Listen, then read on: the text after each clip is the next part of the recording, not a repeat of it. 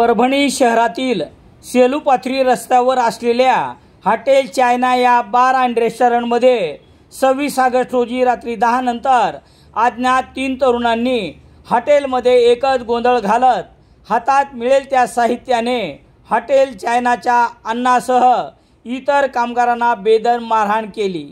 यामध्ये हॉटेलच्या मालकासह कामगार गंभीर जखमी झाले आहे।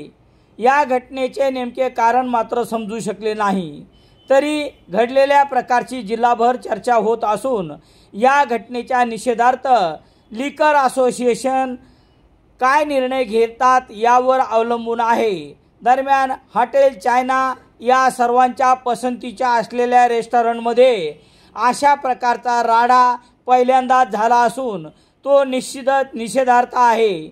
हल्ला करणाऱ्या 3ही आरोपींना तात्काळ अटक करण्याची मागणी लिकर असोसिएशनच्या वतीने करण्यात येत आहे।